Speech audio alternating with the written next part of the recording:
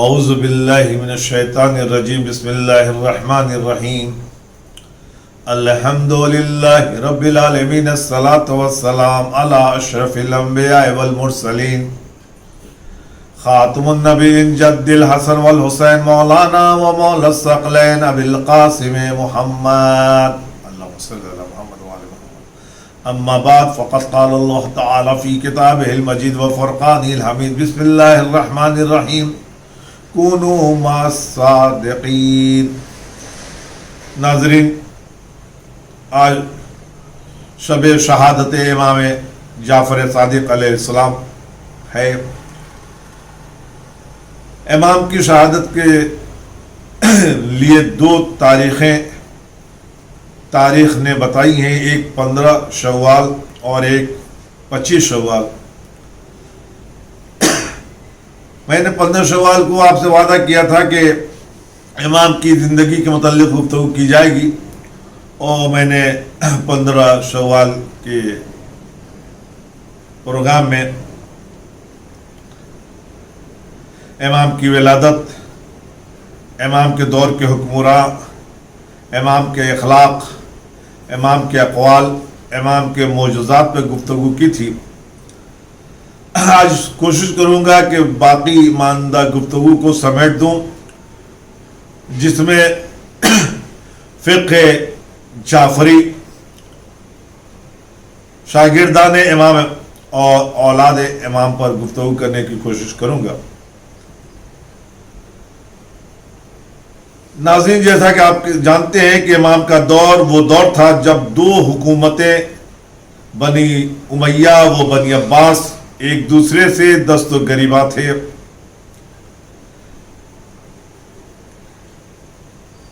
اس ایام کا امام نے استفادہ کیا اور مذہب حقانیت کی تبلیغ کی۔ اسلام میں نظریاتی اختلاف دور نبی سے ہی شروع ہو گئے تھے۔ حدیث قرطاس اور صلح حدیبیہ اس کے گواہ ہیں۔ سب سے پہلا اختلاف بعد رسول خلافت میں آیا۔ 11 ہجری سے 35 ہجری تک مدرک اسلام میں قرآن و حدیث کے ساتھ اجماع اور سورہ نے اپنی جگہ بنائی۔ 35 سے 50 تک مدرک صرف قرآن اور سنت رہی۔ امام حسن کی شہادت کے بعد 50 سے لے کے 132 تک بڑے انقلاب آئے۔ شہادت امام حسن، واقعہ کربلا، تاراجی مدینہ، تاراجی مکہ، جسے دیکھ کر انسان سوچنے پر مجبور ہو گیا کہ بنی امیہ اس دور میں کس فقہ کے پابند تھے۔ عمر بن عبدالعزیز نے باغ فتح واپس تو کیا، مگر یہ معلوم نہ ہو سکا کہ کس حکم فقہ کے تحت چھینا گیا تھا۔ 132 سے 260 یعنی امام جعفر صادق علیہ السلام سے لے کر امام عسکری علیہ السلام تک اسلام کا اہم دور رہا۔ اس میں مسلک کی ابتدا، وضع حدیث کی فراوانی، فلسفہ روم و یونان کی آمیزش جو فقہ اسلامی میں شرارت کر چکی تھی، اس افراتفری ماحول میں فقہ اسلام کی اصل روح کو باقی رکھنا اہل بیت کی ذمہ داری بن گئی۔ یوں تو اس دور کی شکل میں اصل اسلام کو بچائے رکھنا بہت ہی مشکل تھا، مگر کربلا کے بعد خطبہ زینب نے امام سجاد کی دعاؤں کی شکل میں اور امام باقر کی درسگاہوں کی شکل میں اصل اسلام بچتا رہا، اور امام صادق علیہ السلام نے اسے ایک پائے تکمیل تک پہنچایا، اور جو فقہ محمدی ہی تھا، فقہ جعفری سے جانا جانے لگا۔ ناظرین، رسول اللہ کو معلوم تھا کہ میرے بعد مسائل پیدا ہوں گے، اس لیے رسول نے کہہ دیا تھا کہ میں تمہارے درمیان دو گراں چیزیں چھوڑے جا رہا ہوں، قرآن اور اہل بیت۔ جب تک تم اس سے متمسک رہو گے کبھی گمراہ نہ ہوگے، یہاں تک کہ حوض کوثر میں تم ملاقات کرو۔ لیکن لوگوں نے حسبنا کتاب اللہ کا نعرہ لگایا اور اہل بیت سے خود کو الگ کر دیا، جن کا نتیجہ یہ ہوا کہ لوگوں کو جب مسائل پیش آئے تو ان کا حل قرآن سے تلاش نہ کر سکے تو مسلک میں تقسیم ہوتے چلے گئے۔ امام ابو حنیفہ کے ماننے والے حنفی، امام شافعی کے ماننے والے شافعی، امام مالک کے ماننے والے مالکی اور امام حنبل کے ماننے والے حنبلی کہلانے لگے، اور اسلامی فقہ میں قرآن و سنت کے ساتھ قیاس اور رائے نے اپنی جگہ بنا لی، اور اسلامی فقہ کا تقسیم شروع ہوا۔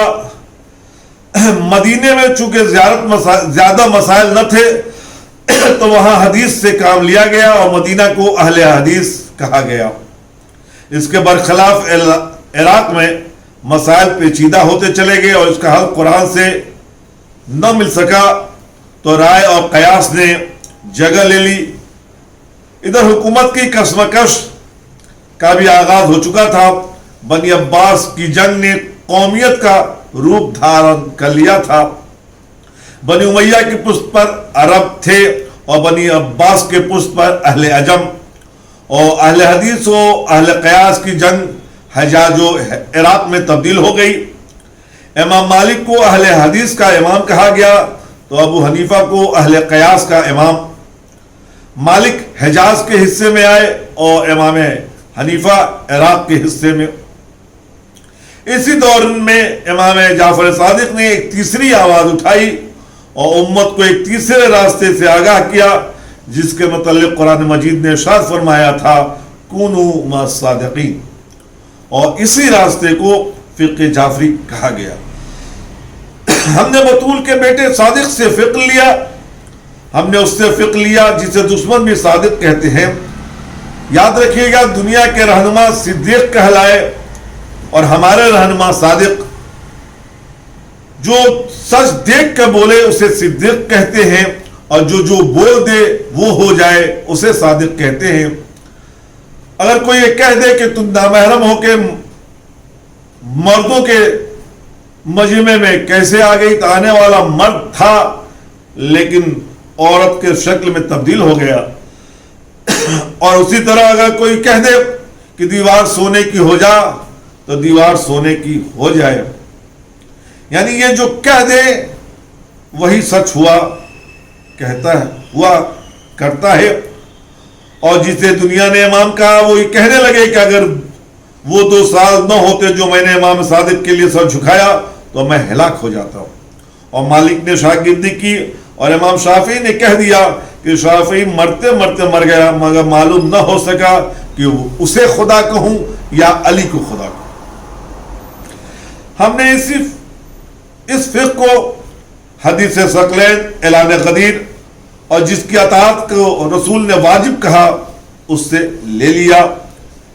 ادھر 4 فقہ کے ماننے والے کو دیکھا تو امام حنبل کو امام شافعی کے تابع دیکھا، شافعی کو امام مالک کا اتباع کرتے ہوئے پایا، اور مالک کو ابو حنیفہ کا، اور یہ دونوں ابو حنیفہ اور مالک کو امام صادق کے شاگردوں میں دیکھا۔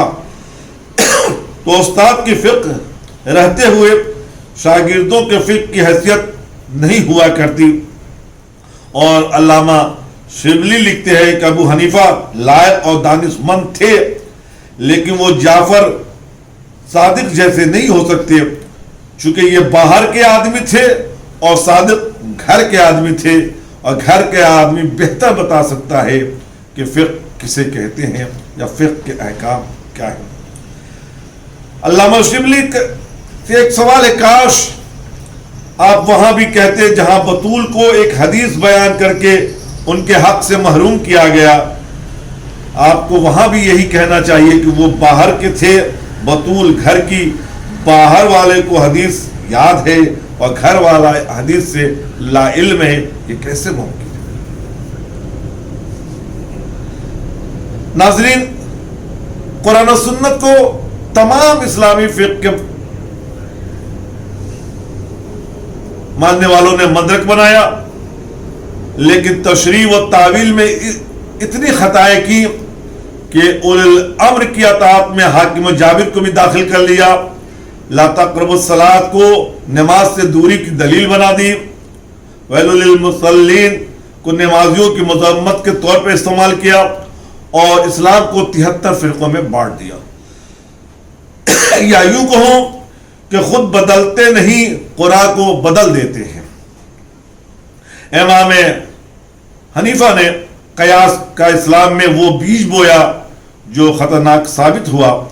امام صادق نے ہر موقع پہ ابو حنیفہ کو سرزنش کی اور کہا قیاس سے کام نہ لو، یہ ابلیس کا کام ہے، چونکہ پہلا قیاس پر عمل کرنے والا شیطان ہے، جس نے قیاس کی بنا پہ کہہ دیا تھا میں افضل ہوں چونکہ آگ کا اور آدم مٹی کے۔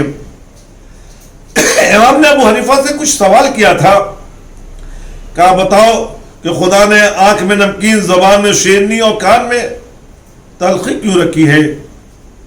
ابو حنیفہ نے معذرت چاہی۔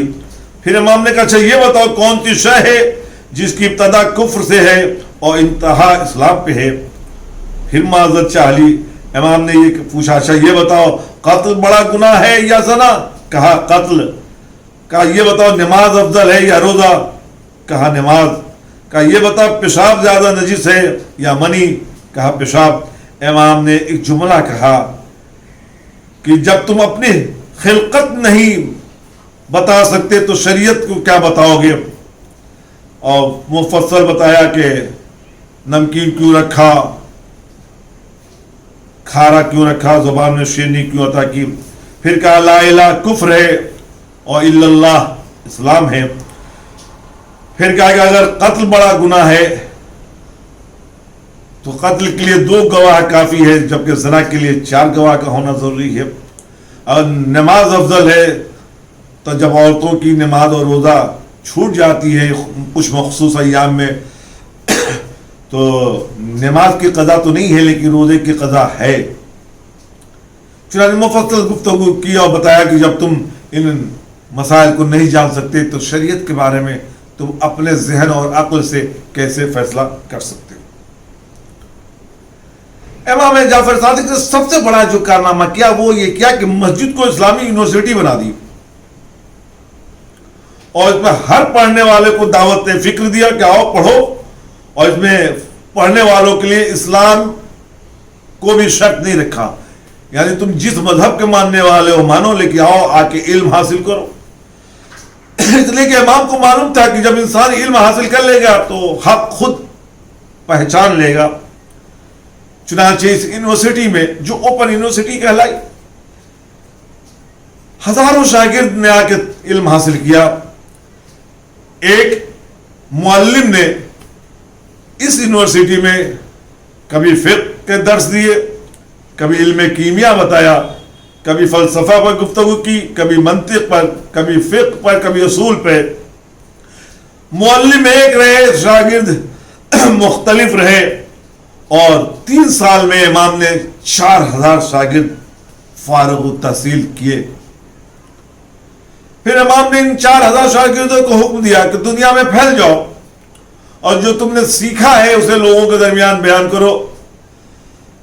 اب یہ 4000 شاگرد امام کے دنیا میں پھیل گئے اور انہوں نے تبلیغ دین کیا، اور تبلیغ کرتے کرتے ہر شاگرد بتا رہا تھا کہ قال صادق قال جعفر، قال صادق قال جعفر۔ اس طرح امام کی تبلیغ پوری دنیا میں پھیلتی چلی گئی۔ اس یونیورسٹی کی سب سے بڑی خاصیت یہ تھی کہ شاگرد عمر دراز تھے اور استاد کم سن تھا۔ اس یونیورسٹی میں 100 سال کے شاگرد بھی نظر آئے جنہوں نے امام کے سامنے زانو ادب طے کیا اور دنیا کے علوم کو حاصل کیا۔ اسی یونیورسٹی میں جو فقہ پڑھایا گیا وہ فقہ جعفری کے سے منسوب ہوا۔ فقہ جعفری کی کچھ خصوصیتیں ہیں۔ پہلی، یہ صرف امام صادق کی فقہ نہیں بلکہ تمام اہل بیت کے احکام کا مجموعہ ہے۔ اس کے معلم کو انسانوں نے نہیں بنایا بلکہ خدا نے اسے امام اور معصوم بنایا۔ امام صادق اور اماموں کے استاد تھے، پس استاد کے ہوتے ہوئے شاگرد کا فقہ قبول نہیں کیا جا سکتا۔ فقہ جعفری میں قیاس کا دخل نہیں ہے، عقل کا بھی دخل نہیں ہے۔ عقل احکام تلاش کرنے کا نام ہے، احکام سازی عقل نہیں کر سکتی۔ فقہ جعفری کا مدرک قرآن و سنت اور اقوال اہل بیت ہے۔ فقہ جعفری کے اہم مدارک احادیث کے 4 مجموعے ہیں: اصول کافی جس میں تقریباً 16,000 حدیث ہیں، من لا یزر فقیہ جس میں تقریباً 6,000 حدیث ہیں، تہذیب جس میں تقریباً 14,000 حدیث ہیں، اور استفسار جس میں تقریباً 6,000 حدیثیں۔ یہ حدیثیں کافی تھی اور پھر کسی چیز کی ضرورت پیش نہ آئی۔ اور یاد رکھیے گا کہ فقہ قانون بندگی اور زندگی کا نام ہے۔ فقہ رضا الہی کی تحصیل کا ذریعہ ہے۔ فقہ انسانی زندگی کا نظام ہے۔ فقہ کے بغیر اسلامی زندگی محال ہے۔ امام نے فرمایا کہ مجھے بے خبر اور بے عمل قسم کے چاہنے والے درکار نہیں، اور امام نے مجسم فقہ کے وہ یونیورسٹی سے وہ شاگرد عطا کر دیے کہ تاریخ لکھنے والوں نے لکھا کہ 4,000 شاگرد ایک وقت میں امام سے درس حاصل کیا کرتے تھے۔ ناظرین، یوں تو امام کے بہت سے اصحاب ہیں، لیکن کچھ اصحاب مشہور ہیں، ان میں سے میں نے چند اصحاب کا انتخاب کیا ہے۔ عباد بن تغلب، آپ کوفے کے رہنے والے تھے۔ علم قرات میں آپ کا جواب نہیں تھا۔ آپ نے امام سجاد، امام باقر اور امام صادق کو درک کیا۔ امام سے 3,000 حدیثیں حفظ کی۔ امام باقر نے فرمایا کہ تم مسجد میں بیٹھ جاؤ، فتویٰ دیا کرو، میں اپنے اصحاب میں تم جیسے لوگوں کو دیکھنا پسند کرتا ہوں۔ آپ سے کسی نے پوچھا کہ صحابہ میں کتنے لوگ تھے جنہوں نے حضرت علی کی پیروی کی؟ کیا جواب دیا ہے؟ کہا تم اصحاب کی پیروی کے بنا پر علی کی عظمت کے قائل ہونا چاہتے ہو؟ مجھ سے پوچھنا چاہتے ہو تو پوچھو، اور جان لو ہم اسے اصحاب ہی نہیں مانتے جو علی کی پیروی نہ کرے۔ ایسے اصحاب امام جعفر صادق۔ دوسرے برید بن معاویہ، آپ ان عظیم لوگوں میں ہیں کہ امام نے فرمایا کہ یہ دین کے پرچم اور زمین کی میخیں ہیں، اگر یہ نہ ہوتے تو فقہ اہل بیت مٹ جاتی، آثار نبوت کا خاتمہ ہو جاتا۔ 150 ہجری میں آپ نے وفات پائی، اور یہ 4 لوگوں کے جو یہ کہا گیا کہ آثار نبوت کا خاتمہ ہو جاتا اگر یہ نہ ہوتے، اس میں محمد بن مسلم، برید بن معاویہ، لیث بن بختری اور زرارہ بن عین شامل ہیں۔ زرارہ بن عین، امام نے ان کے متعلق فرمایا کہ یہ وہ شخص ہے جس میں تمام خصائل جمع ہو چکے ہیں، اور اس دور کے علماء کا یہ قول ہے کہ ہماری حیثیت زرارہ کے سامنے طفل مکتب سے زیادہ نہ تھی۔ محمد بن علی نعمانی، آپ بڑے علم و کلام اور مناظرہ کے ماہر تھے، آپ کو مومن طاق بھی کہا جاتا ہے، آپ کوفے کے رہنے والے تھے۔ ایک مرتبہ ابو حنیفہ نے مذاق اڑاتے ہوئے عقید رجت کا یہ کہہ دیا کہ مجھے 500 اشرفی قرض کے طور پہ دے دو، رجت میں لے لینا۔ آپ نے کہا میں حاضر ہوں، مگر تم ضمانت لاؤ کہ رجت میں تم انسان کی شکل میں بھی ہی آؤ گے، اگر بندر کی شکل میں آئے تو میں اپنا قرضہ کس سے لوں گا؟ کیا جواب دیا ہے! دوسرا انہی کے متعلق کوفے میں خارجی رہتا تھا جو اپنے آپ کو امیر المومنین کہلاتا تھا، اور حضرت علی کی توہین کرتا تھا. مومن طاق نے ایک مدت تک اس خارجی کی خدمت کی. جب اپنا مقام ثابت کر دیا تو پوچھ لیا کہ آپ علی سے مخالفت کیوں کرتے ہو؟ تو اس نے کہا کہ صفین میں حکم قبول کر لیا، اور جو دین میں کسی کو حکم بنائے اس سے جنگ و جدال جائز ہے اور اس سے لڑنا حلال ہے. مومن طاق نے کہا کہ لیکن میں دلیل سے یہ ثابت کرنا چاہتا ہوں کہ علی حق پر تھے. تو انہوں نے کہا اچھا تو تم دلیل لاؤ. کہا اگر میں دلیل بیان بھی کروں تو کوئی تو ہو جو ہمارے دلیل کو قبول کرے. تم اور میرے درمیان تیسرا ہو جو فیصلہ کرے کہ میری دلیل صحیح ہے یا صحیح نہیں. تو اس نے ایک انسان کو حکم کے طور پر بنایا. جب اسے حکم بنا دیا تو مومن طاق نے مجمع کو مخاطب کر کے کہا کہ انہوں نے حاکم کو قبول کر لیا، حکم بنا لیا، اب تو یہ اسلام سے خارج ہو گئے، جیسا کہ یہ کہتے ہیں کہ علی اسلام سے خارج ہو گئے. یہ سننا تھا کہ وہاں جتنے لوگ موجود تھے سب ان پر حملہ آور ہو گئے اور انہیں مار ڈالا. مومنین، یہ شاگردان امام تھے. میں جلدی سے امام کے فرزندوں کے سلسلے میں آپ سے گفتگو کر لوں کہ شیخ مفید فرماتے ہیں کہ آپ کی اولاد 10 تھی. اسماعیل، عبداللہ، ام فروہ، ان تینوں کی والدہ فاطمہ بنت حسین بن امام سجاد تھی. موسیٰ، اسحاق و محمد کی والدہ کنیز تھی. عباس، علی، اسما، فاطمہ ہر ایک کنیز سے اس دنیا میں آئے.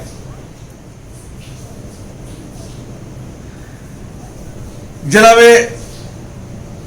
جعفر صادق کے سب سے بڑے فرزند جناب اسماعیل تھے، اور جو بہت ہی عظیم تھے، اور لوگ کا ایک خیال ہوا تھا کہ یہی امام ہوں گے. اور امام جعفر صادق نے چاہتے بھی بہت تھے، لیکن امام صادق کی زندگی میں ہی ان کا انتقال ہو گیا. اور امام صادق نے 12 لوگوں کو بتایا، لوگوں کو دکھایا، نماز جنازہ پڑھا کے بتایا کہ یہ وفات پا چکے ہیں. لیکن اس کے باوجود ایک فرقہ یہاں سے الگ ہو گیا جو اسماعیلیہ کہلایا، اور اس نے جناب اسماعیل کو اپنا امام تصور کیا.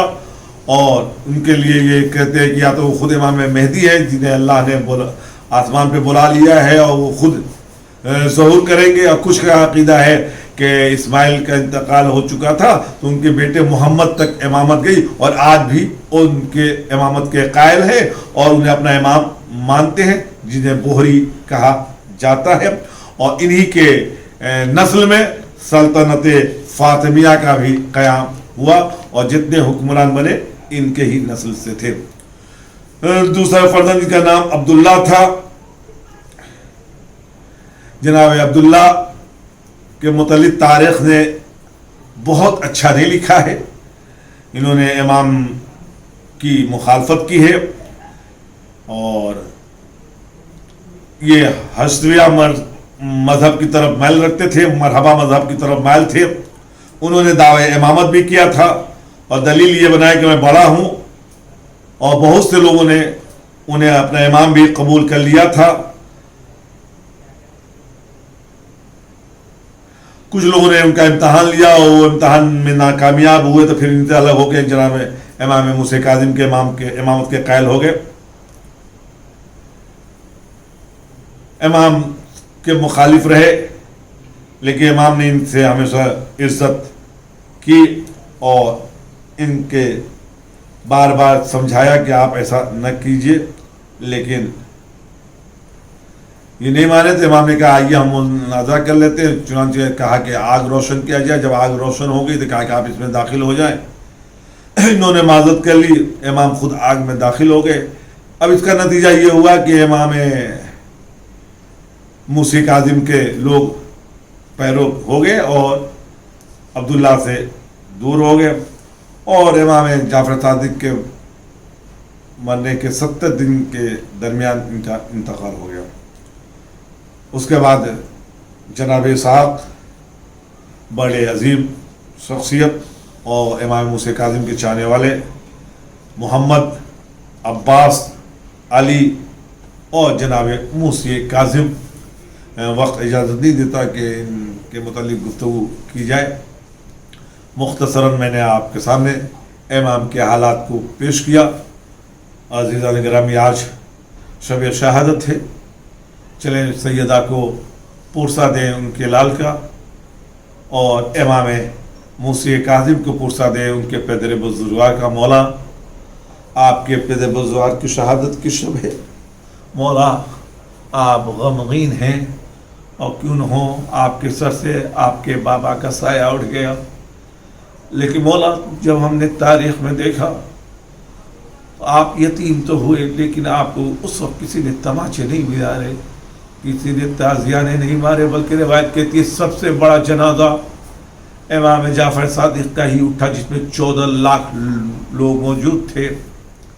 مولا، آپ کے بابا کا جنازہ اٹھا، 14 لاکھ مسلمانوں نے شرکت کی، لیکن ہائے کربلا میں آپ کے جد حسین کا لاشا بے گور و کفن پڑا رہا۔ مولا، نماز جنازہ امام سجاد نے آ کر معجزے سے پڑھائی، اور آپ کے بابا، آپ کے جد کا جنازہ 3 دن تک بے گور و کفن پڑا رہا۔ دل تو یہ کہتا ہے کہ جب جعفر صادق کا جنازہ اٹھا ہوگا اور بقی کے قریب پہنچا ہوگا، تو ایک مرتبہ جعفر صادق علیہ السلام اپنے والد بزرگ امام محمد باقر اور امام سجاد کی طرف رجوع کر کے کہا ہوگا، اے میرے اجداد مجھے معاف کرنا۔ سید سجاد کو مخاطب کر کے کہو، دادا مجھے معاف کیجئے گا، میرا جنازہ بڑی شان سے اٹھا، لیکن آپ کے بابا کا جنازہ اٹھانے والا کوئی نہ تھا۔ نہیں، آپ موجود تھے، لیکن ہاتھوں میں ہتھکڑیاں تھی، پیروں میں بیڑیاں تھی، گلے میں توق خاردار، اور آپ اتنا مجبور تھے کہ بابا کو جنازہ نہ اٹھا سکے۔ حضرت روایت کہتی ہے کہ امام کو بقی میں دفن کر دیا گیا، لیکن حضرت آج بقی میں امام کی قبر بے چراغ ہے۔ خود امام کے والد امام باقر، امام کی جد امام سجاد اور امام حسن مجتبی، اور خود بہادر گرامی جد بزرگ فاطمہ زہرا، جس کی قبر پر کوئی چراغ جلانے والا نہیں۔ یہی وجہ تھی کہ جب حسین رخصت آئے مدینہ سے کر رہے تھے تو اپنی ماں کی قبر پہ آ کے کہتا، اماں تیرا بیٹا جا رہا ہے، اماں تیری قبر پہ اب کوئی چراغ جلانے والا نہ ہوگا۔ روایت کہتی ہے کہ آج امام کو دفن کیا گیا، امام کو دفن کرنے کے بعد جب موسی کاظم پلٹے ہیں تو بہنوں نے ایک فریاد کیا، بھیا بابا کو دفن کرائے، لیکن عزیزو یہ منظر کربلا میں چلو، جہاں زینب کبھی بھیا کو دیکھ کے کہہ رہی ہے، بھیا کیا بس باپ کے مرنے کے بعد تماچے لگائے جاتے، کیا تعزیانے لگائے جاتے؟ اے بھیا اتنا بتا دے، تیری بہن سکینہ کا قصور کیا ہے؟ کسے اپنے بابا پر رونے بھی نہیں دیا جاتا۔ یہی وجہ ہے کہ جب امام سجاد اپنی بہن کو دفن کر چکے تو امام بڑے زور سے گریا کر رہے تھے، تو امام باقر نے پوچھا تھا، بابا اتنی بلند آواز سے گریا کیوں کیا؟ تو آواز دی، بیٹا جب میں اپنی بہن کو دفن کر رہا تھا تو میں نے دیکھا میرے بہن کے لب ہل رہے ہیں، میں جب اپنے کان کو قریب لے گیا تو میری بہن کہہ رہی تھی، بھیا اتنا بتا دے کہ اب میں اپنے بابا پہ روؤں گی تو کوئی تماچے تو نہ لگائے گا، کوئی تازیانے تو نہ مارے گا۔ انا للہ و انا الیہ راجعون، رضن بقضاء تسلیما لامرہ۔ خدایا تجھے واسطہ ہے محمد والے محمد کا، ہماری قلیل سی عبادت کو قبول فرما، ہمیں عبادت کرنے کی توفیق و سلیقہ عطا فرما۔ خدایا ان زحمات کا صلہ ہماری مادر گرامی فاطمہ ثانی بنت شبیر حسین کے روح کو عطا فرما۔ خدایا ان کے ارواح کو اپنے جوار میں جگہ عطا فرما، ان کے درجات کو عالی سے اعلیٰ تر فرما۔ خدایا اس وبائی مرض سے ملت اسلامیہ کو نجات عطا فرما، اور جو لوگ اس میں مبتلا ہو چکے ہیں، مولانا امید اعظمی صاحب، خدایا انہیں صحت کاملہ و عاجلہ عطا فرما۔ والسلام علیکم ورحمۃ اللہ وبرکاتہ۔ جہاں